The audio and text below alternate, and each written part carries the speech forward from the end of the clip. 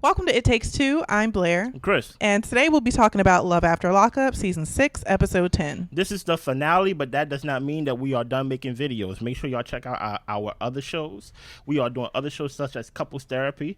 We are doing Real Housewives of Atlanta. We are doing, what is another show we doing?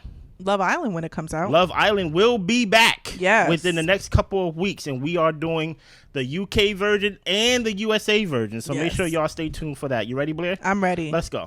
All right. So we're starting with Will and Courtney. Yeah. Courtney said if he provided for her more, she wouldn't have to go to her sugar daddies. Oh, my gosh. He was cool with it before, but now he has a problem with it. And she didn't ask him for any money when she was in prison. Mm-hmm. She talks about how she accumulated about $25,000 from people who took care of her, but she only saved $1,400. Wow. She's talked about how she had to spend money on commissary and stuff the whole time she was in there. Will isn't expecting her to be this spoiled. He talks about how it's a good thing that diamonds have high resale value. So he leaves her at the bus stop, but he ends up coming back in order to drive her back to her halfway house. Mm-hmm. At this point, she's thinking that she rushed into the marriage. Here's the thing about it. If you remember when he first entered the season, this is Will, right? Yeah. He basically was like, I ain't spend that much on her. I think it was a low number of like $10,000. I think it was less than that, really, right? But usually we hearing people say things like, "Oh yeah, I spent about $30,000 since this person been locked up, 25, 15." I think it was lower than $5,000 altogether. And now it's starting to make sense. Now I'm starting to get all the pieces to the puzzle. The reason why he felt like he didn't need to spend that much or wasn't going to spend that much because he knew that she had sugar daddies who was basically doing the role that he was supposed to do, apparently, right? Now I feel like she's being manipulative, right? Now that you're married and now that you're free and things of that nature, you still want to keep your sugar daddies to have this money, and it's not like you're getting this money and doing anything good with it anyway. You had $25,000 in prison, now you're down to $1,400, right? So it's like, hey, if you don't want to give up that life to where you have these sugar daddies and things of that nature, then you shouldn't have married Will. You shouldn't have continued to talk to Will. But now that you're with Will, I think it's be a free woman now. You don't have to operate like a prisoner anymore, like an inmate. I guess to me, I'm just like, these people need to talk and stop effing around.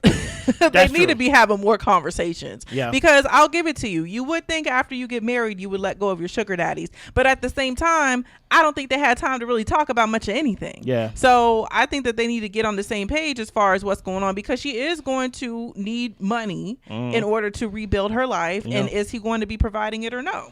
And they may not even be in the same city at that state, right? Yeah. So and the funny thing about it is while they was talking about the marriage and how they ain't have time to get everybody together to plan things, he's saying we didn't have time to get things together, while he literally have a rope trying to tie the ceiling down to the floor, basically talking about, we go get freaky tonight. You planned that. You had planned for that, but you ain't talking. You're right, Blair.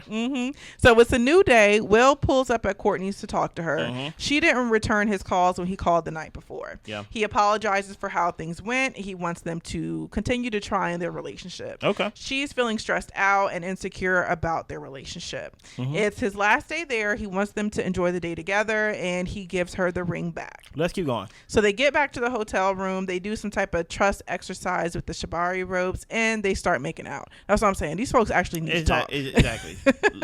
let's put the props away and let's use the prop that we was born with: a voice, your mouth, to talk. Right. You get what I'm saying? Not for other activities.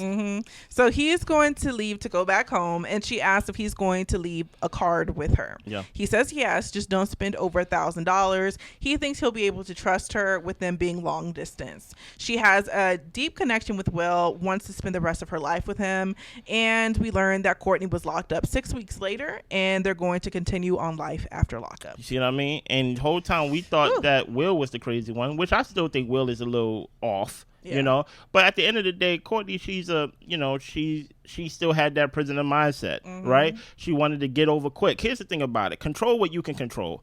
Do not tell someone, hey, don't spend over $1,000. Get them a prepaid credit card or a prepaid debit card, max. and not even 1,500 max, to where it's physically impossible for you to spend more than this, because every month I put money on the card. Yeah, you get what I'm saying? So it just seemed like Will was not equipped for the whole Courtney experience, for the whole actually marrying and being with an inmate outside of prison. And maybe he may have just fantasize how it would be, or maybe it's a fetish of his. I think it's a fetish of all of them, to be honest. And that's honestly why I'm not too hard on her about the sugar daddy situation, because if you're going to up and leave me to take the bus because we got into an argument, I mean, she needs to have some type of stability in her life, and it would be great for her to get a job. But if that's not her route, then she got to go her way. She got to do what she got to do. So we get to Alexis and Julius. Oh, boy. Apparently, Julius didn't come home last night, and Alexis didn't know where he was. Julius thought that she was overreacting. He wasn't messing with those girls.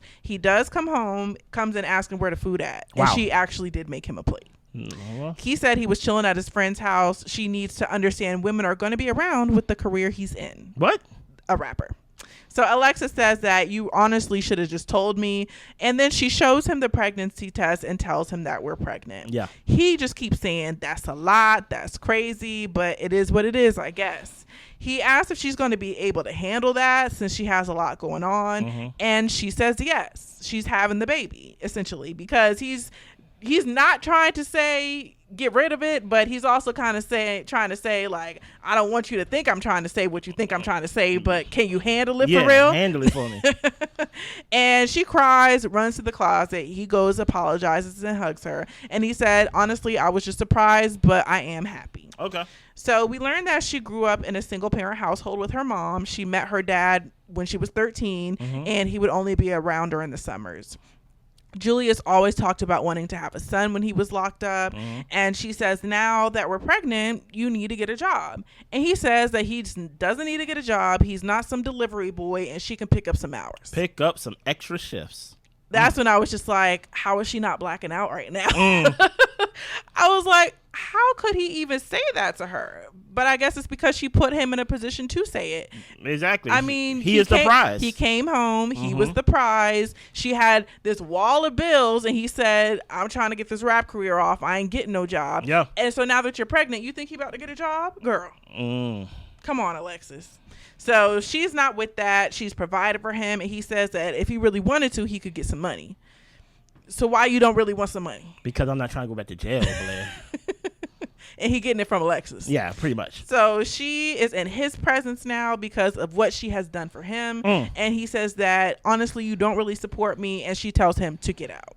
She's pregnant. She's emotional. She works 2 jobs and she's in school. And I'm like, Alexis, I want better for you, but do you want better for you? She don't.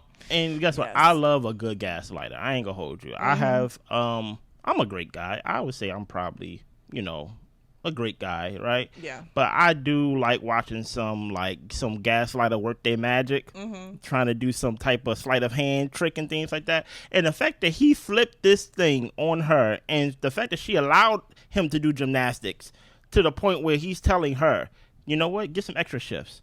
Mind you, the guy who's bringing no money into the house at all, right? And now he's about to have a child, and there's about to be a lot of responsibility. But at the same time, I say this, and the older I get, the more I realize that, hey, people have full autonomy over their own bodies and things like that. Guess what, Alexis? You should have protected yourself. I understand that I can get on this mic, Blake can get on this mic and say, you know what, Julius, you should have wore a condom, you should have wore a condom, you should have wore a condom. But Julius don't seem like the responsible type anyway. He ain't got nothing to lose. You know what I'm saying? He have everything to gain, right? At that time, Alexis, while you are in like nursing school and things like that, you should have protected yourself. Because you know what? No one should love you more than you. But it goes back to Blair's point. Blair wants better for you, but do you want better for you? I want what you want for yourself. Yeah. So I don't even want better if you don't want better. If you like this, I love it for you. So Alexis goes outside to talk to Julius, and she asks if he's going to come back. Yeah. He says he's leaving. And he's tired of talking to her about stuff. She just wants better for their kid from what they had growing up. She wants him to go for his dreams. She wants their child to grow up in a 2-parent household. And she just wants for their kid what they didn't have. He thinks that she's toxic, and she's the reason why they can't have better for their kid. He thinks that she likes to argue, and maybe that's how she expresses her love. Maybe. He gets in his ride and leaves, and Alexis says, we probably are really going to have to break up. She probably needs to love herself some more. Yeah. But They tell us that she had the baby. She was back with Julius. But as far as social media goes, the way that things were looking is that they were not together present day. It's looking crazy. Yeah. And I think they going to be back on the basically the continuation of Love During Lockup or like whatever. I didn't write it down. Or Life After. Possibly. I think they will be. But maybe not because they're not together. Yeah. But I will say this, right? How can I say this that it won't be taken the wrong way? Because I want to make sure I'm very clear in my communication in this. I understand everybody wants a 2-parent household, right? I understand that, there's a lot of things that's being said about, you know what, I didn't have my father in my life, or I did have my father in my life, right? Here's how I see it. I'm all for the 2-parent household if both the parents are good parents. And right? It's healthy. And it's healthy. If Julius is going to be the guy that he is, I'd rather that child be in a 1-parent household with Alexis. You get what I'm saying? Let's not, even though I see the value of a 2-parent household, let's not undervalue the ones that actually step up and do the role of both parents, right? Because one parent want to feel like they a part-time parent, and they actually, guess what, gave their child a healthy environment besides chasing the look of a 2-parent household. It's like being married, right? How people rather be married and things like that. One thing I wanted for me and Blair when we got married, I said, I don't only want mentors who are married. I want mentors who are happily married, because it's not enough to just be married, right?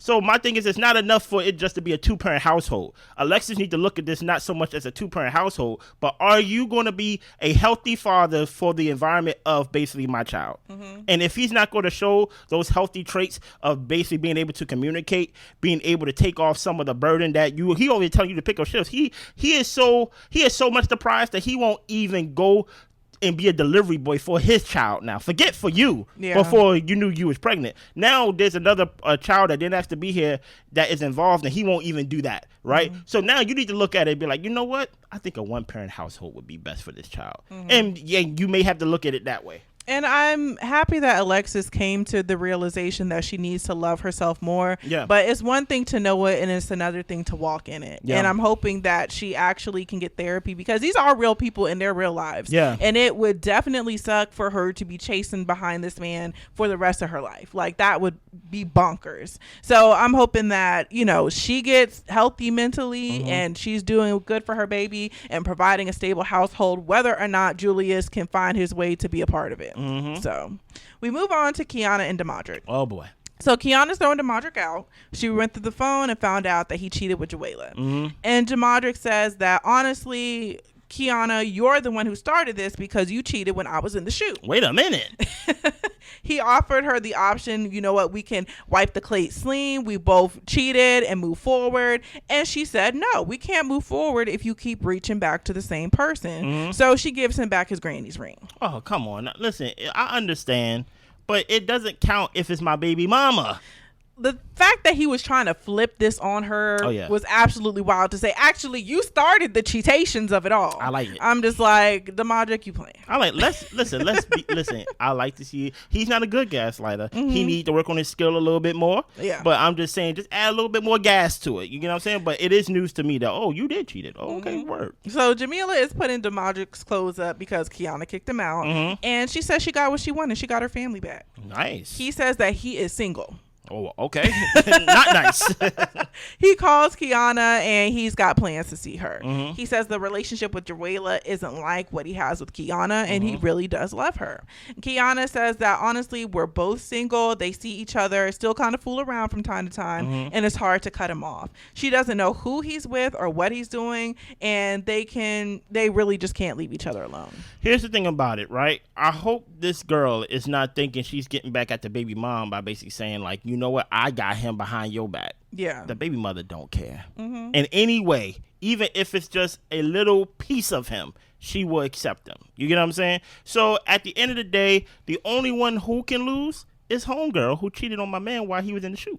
I did not know that. She's the only loser in all of this. There is no situation where she wins in any of this. Even if she accepts my man back and things of that nature, right? She still got to deal with, hey, I got to deal with the baby mama. Yeah. So there's no situation that she wins. The only way that she wins is if she walks away from it completely, and as we see, she can't. And my concern is, like, does nobody care about their health? No. They're just swapping bodily fluids and going, not knowing where he's at or what he's doing or who he's doing. He's talking about he's single. I'm just like, y'all really doing a lot for this man who's not really doing a whole lot for y'all. This is crazy. Facts. So we move on to Brooke and JK. Okay. So he's sitting down with Alex, and Alex says that she didn't sleep with her ex when she was with JK, and JK honestly doesn't know what to believe. He heard the recording of her saying that she slept with the guy. So he was going to give her the world, and she needs to respect that he's trying to work things out with Brooke. Okay. Alex says that she messed up once, he ran to another woman, and that doesn't make her feel good. So she walks out the house, starts crying. He's walking out the house too. She thinks that JK deserves better than Brooke, and he says that he gave her every piece of him and she shattered him. And Brooke is in the car on her way. She's on her way. She talking about she left the job early. Hopefully she don't get fired. I said, I hope you do get fired. You know I was thinking to myself, is this a closure conversation, or is this JK's way of just keeping the lines of communication open with Alex? Because I'm just like, you don't want to stop talking to this lady. No, you want to be in her presence. He's playing both of them. Yeah. That's basically what he's doing. And the whole idea that you're over here talking about he deserves better than Brooke. I'm like, this man lived with his mama, sleeping on a hospital bed with rails on it, I think it was. Whatever it was, the bed had rails, right? And my whole thing is this. JK is clearly playing with y'all because he's bored. He has nothing else to do. He has a curfew. He need to find a job. That's what he was supposed to do today anyway. And guess what? He's about to lie. You get what I'm saying? But at the end of the day, he's doing a lot more work and basically trying to middleman conversations with this girl, talking about, hey, make sure you call my cousin, don't call my phone. Besides actually fixing his own life. Yeah. So JK leaves Alex's house, and he says that he is on the highway coming from a job search when Brooke calls him. Brooklyn calls, or is it Brooke? Yeah, Brooke calls him. So Brooke calls him and is like, I got a tracker on you. I know where you were at Alex's house. So they meet up to talk, and he tells her he went over there to close that chapter in his life. Yeah. And she says, I have a lot of unclosed chapters in my life. He had to let her know that she had her chance. She messed it up. He's with Brooke, and Alex needs to respect that. He tells Brooke he loves her, and he chooses her. He wasn't supposed to be in contact with Alex, let alone go into her house. Facts. So he is trying to talking about, Brooke, I'm trying to tear down your walls. I'm trying to, get to your heart. And she tells him that it's too late. So they get in the car together, and she drops him at his mom's house, and he tells her, make sure you tell the boys I'm taking them fishing tomorrow. So they will be continuing on life after lockup. See what I mean? Like, you got to choose yourself. And at the end of the day, if you're not going to choose yourself, Brooke, choose your boys. But you don't care about your boys either. You know what I'm saying? Because you left your job early and hoping that you don't get fired. Yeah. You get what I'm saying? For a conversation with JK that you knew was going to be good anyway. The fact that he lied, first of all, I thought that scene was funny because he did not know that there was a tracker on his phone. He did not. so that was news to him. He was like, I ain't sharing my location with you. And she was like, I put a track on your phone. What? Like that's basically how it went, So it's like JK is clearly playing both of y'all. Yeah. So we get to Michael and Joey. Yeah. Joey doesn't want to hear anything else from Michael. If you're done, be done. Michael knows that he broke Joey's heart. He knows he always messes things up that are good for him. Yeah. And he just can't promise to not use, and he doesn't want to bring Joey down with him. And that's something I respect. If you know that this is your lifestyle and this man is trying to stay on the sobriety journey, release him, because he's not going to release himself. That's free. Michael doesn't think it's his destiny to have better for his life, which is actually pretty sad. Michael meets up with his friend Spencer, and he thinks he messed up because Joey is the best thing that happened to him. And Spencer was like, I really never saw y'all connection anyway. Wow. Michael doesn't think he can be in a relationship right now. Spencer actually seemed disappointed. And Joey is wondering if the whole thing was a scam to begin with. But Michael and Spencer do want to spend more time together. Okay, let's keep going. So 3 weeks later, Joey is at his parents' house, and he is in shock. He's talking to his mom, and apparently Michael is back in prison. He was only out for 3 weeks. He's only stayed at the halfway house one night, and he checked in with his PO once. He used, and Joey reached out to him to check on him, and pretty much it sounded like he was being bothered by Joey calling. Joey said that he didn't have a plan B, and he's terrified he'll be alone the rest of his life. And the mom tells him, just, you don't have to use over this. And Joey was like, honestly, I'm not going to use over Michael. It's just that, I was in such a good headspace, like before Michael. So mom says that he's a con. I never really trusted him anyway. True. And Joey trusts people too easily. So Joey knows he has a great support system. Michael had access to that.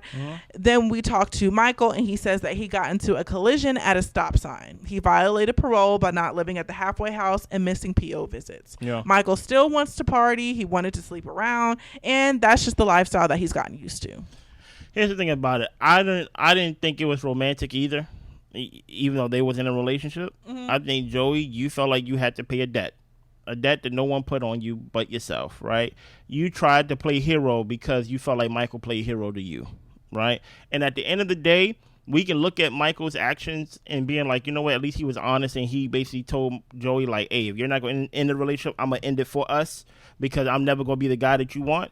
But I hope Joey do find some type of self-esteem and find some type of other purpose in life, because here's the thing about it. When you dedicate your life, especially if you want to date a prisoner or be engaged to a prisoner, whatever you're doing, and you basically put yourself in a box with this person, that's your purpose, right? Joey basically dedicated his life, his basically the routines of his day. I need to check up on Michael. I need to make sure Michael doing good. And now you're not with Michael. Now you're forced to live your life. Exactly. You get what I'm saying? And you can't be a coward and trying to do something that no one asked you to do. Be yourself and live your life for yourself, because you deserve at least that. At least that. Yeah. And I think that loneliness is a big deal, right? Yeah. And it's not fun to be lonely. It's like really sad, and it can be pretty depressing.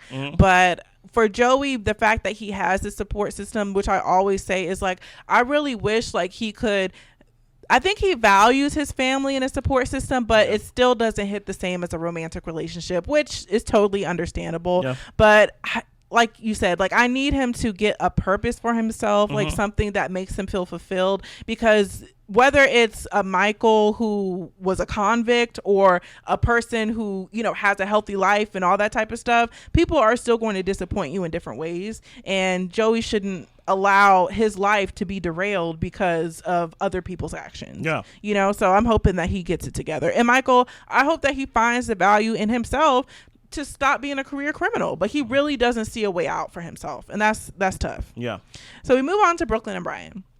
So his friend drives him back home, and apparently they didn't go into the strip club, and they were rushing him home. They only got about like 20 minutes to get back home. And that what frustrated me. If you go drive me all the way there, take me inside, man. Yeah. What's the point of taking me outside the club? Well, Brian didn't want to go in.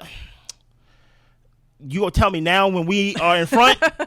Now we gotta speed home. It makes no sense to me. So Brooklyn calls him. He's 26 minutes away. Yeah. She looks up his location, and the location is saying not found. His friend is laughing in the background, telling him to hang up, and pulls up on her grass at 3:01. He actually calls his PO to say I'm home, and then he was like in the house at 3:01. So he tells her that his friend tried to take him to a strip club. They didn't go inside. And at first he was saying like, we just went to get clothes, and she kind of had to pry that information out of him. Yeah. She doesn't like that he was holding out on the truth. And if she can't trust him, then what are we actually doing? Yeah. Brooklyn wants to have kids. She wants to get married, and she's going off because she doesn't want him gone, and she cares. He says that he's been independent his whole life, and she is coming across overbearing. Yeah. And she tells him that she started her period. It's discouraging that they've been trying, and she's not pregnant yet. And he tells her that it's going to happen. She knows that he wants kids, and she's scared that he might end up being with somebody else who can just pop a baby out for him. Yeah. And he encourages her and says, I just want to be with you. If the little girl we already have is all we have, that's fine with me. Yeah. So then it's the next day. Him and the little girl are making the breakfast for the mom, and she is still calling this grown man bestie and saying that he takes care of them. And Brooklyn says that she and Brian are a power couple like Beyonce and Jay-Z. Yeah. The only thing I want to say about this is when it comes to the friend, don't let your friends have you out on the side of the road. That's because true. This man is over here kikiing, laughing, talk about hanging up. But could Brian stay with you if he needed to be paroled to your house? He can't. Exactly. Because I live with my mama. So don't be too comfortable with your friends hyping you up, and then you get home and your clothes is out on the lawn. Yeah. And don't be driving on her lawn. That's crazy. There's enough road for you to get. Oh no, I'm driving on her lawn. if I was the friend, I would have 100% drove on her line. Oh wow. Because you're not gonna listen here. You're in a relationship with him. Don't tell me what to do. If you want to make sure he do what he have to do, then you take him. But he's in my car, so we gonna go wherever I take him. You get what I'm saying? Here's the thing about it, right? With the whole dynamic, with the whole friendship, and even from her point. Right, let's talk from her side of the family, because remember, she was in that restaurant in the early part of the season, and everybody, basically all her friends and stuff, would call her stupid. You get what I'm saying? And now you got a friend on his side that's really not in support of the relationship. He be like, man, hang up on her, right? Y'all have no support on the outside that supports this relationship. And yet you want to bring another life into this. You got 2 dogs, and you already got a daughter, and then on top of that, you're trying to get pregnant. And I'm like, how do I even trust you to be responsible? On the day that he was getting released and things of that nature, you lost your keys, and you just hope nobody broke in your house because you left the door unlocked.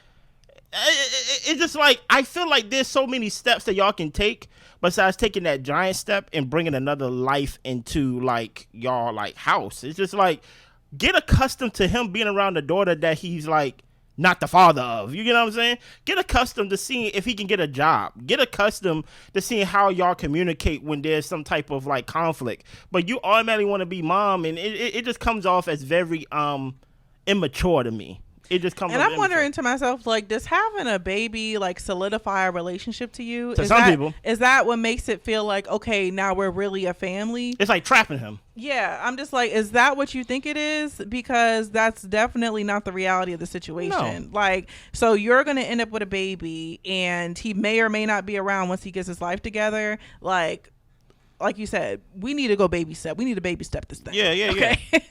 He always got the option to go back to jail too. So like, I really don't understand. It's immature thinking. And guess what? We gonna see them more, because I think they gonna be on in the upcoming season in a couple months from now as well. All right, and that's all we got. That's all. That is the finale of this season. Thank y'all for watching. But that's, like I said, that's not the only show that we are reviewing. We are reviewing The Never Ever Mets, unfortunately. We are reviewing Couples Therapy. Make sure y'all watch that. It's a good show. I like it. Make sure y'all watch The Real Housewives of Atlanta. We are doing that as well. And we are doing Love Island, the UK version and the USA version. It's going to be a lot. The month of June, July to the top middle of August is going to be busy. Make sure y'all lock in, subscribe, like, share, comment, all the above. Can't wait to see y'all. Y'all be good. Bye.